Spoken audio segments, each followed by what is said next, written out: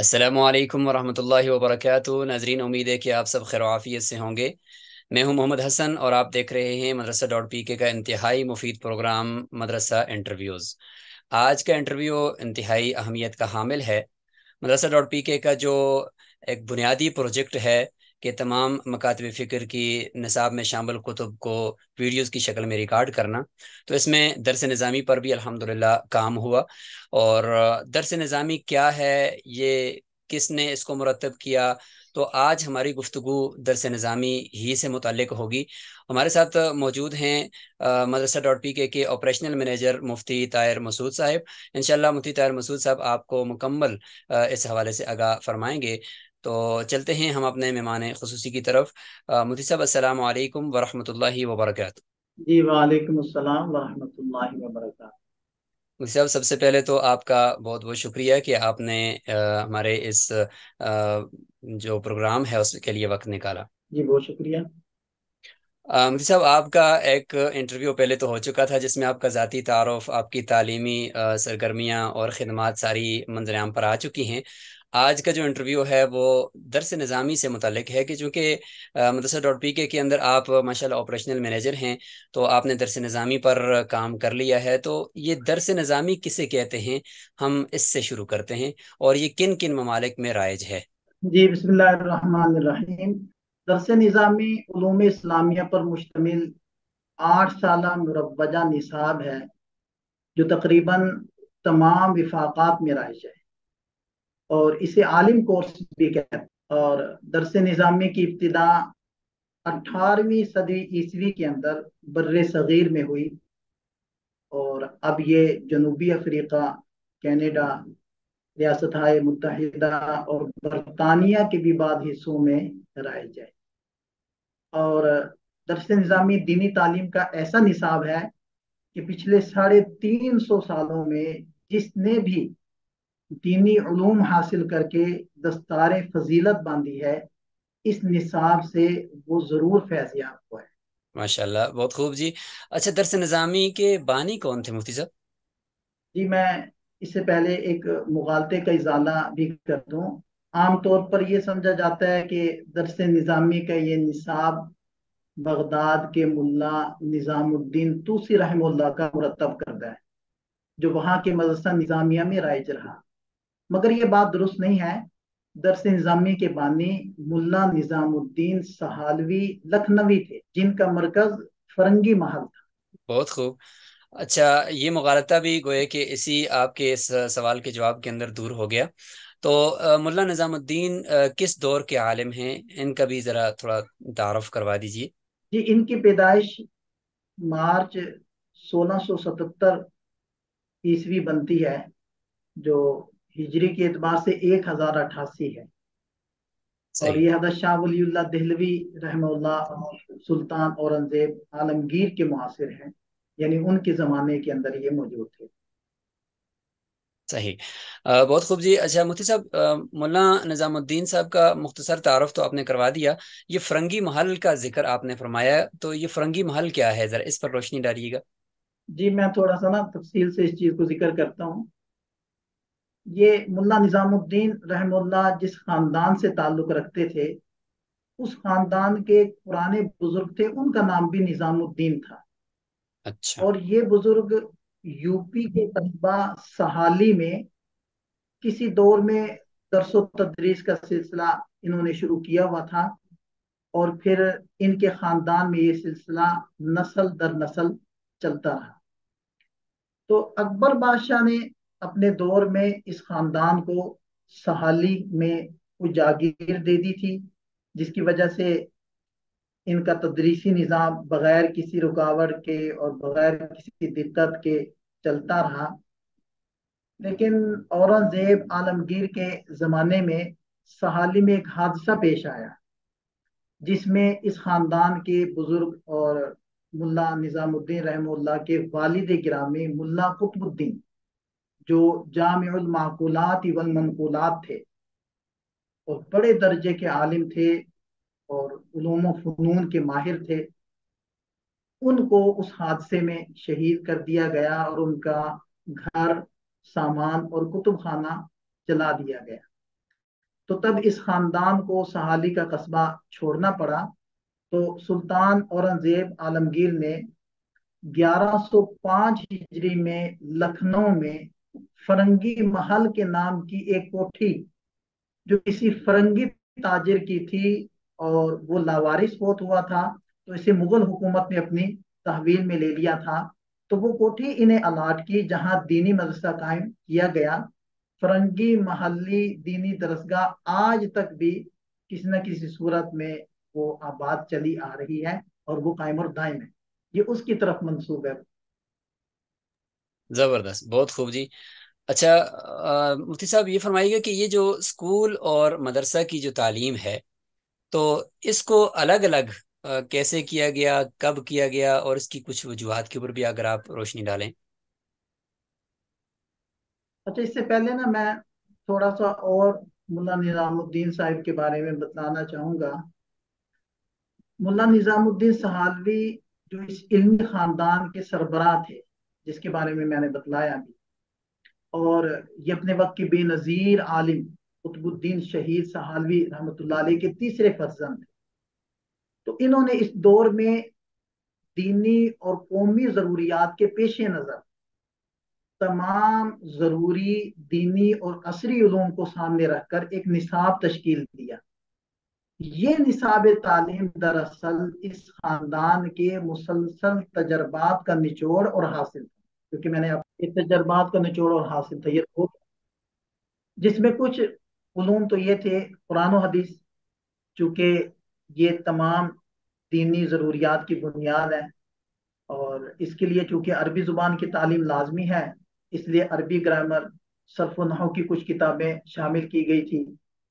فارسی اس دور کی دفتری اور عدالتی زبان تھی، اور فقہ حنفی کو ملک میں رائج قانون کا درجہ حاصل تھا، تو اس سے متعلقہ کتب بھی تھیں۔ اس کے علاوہ فلکیات یعنی سائنس، حساب یعنی میتھمیٹکس، اور ہندسہ یعنی انجینئرنگ، اور طب یعنی میڈیکل، اور وضع آلات یعنی ٹیکنالوجی، اور دیگر فنون بھی اس نصاب کا حصہ تھے۔ تو اس نصاب یا نظام تعلیم کو درس نظامی کہتے ہیں۔ اور دیکھیں کہ یہ انہوں نے اس وقت کی دینی اور قومی ضروریات پر مشتمل ایک جامع نصاب قائم کیا تھا جو 1857 تک ہندوستان کے اندر رائج رہا ہے۔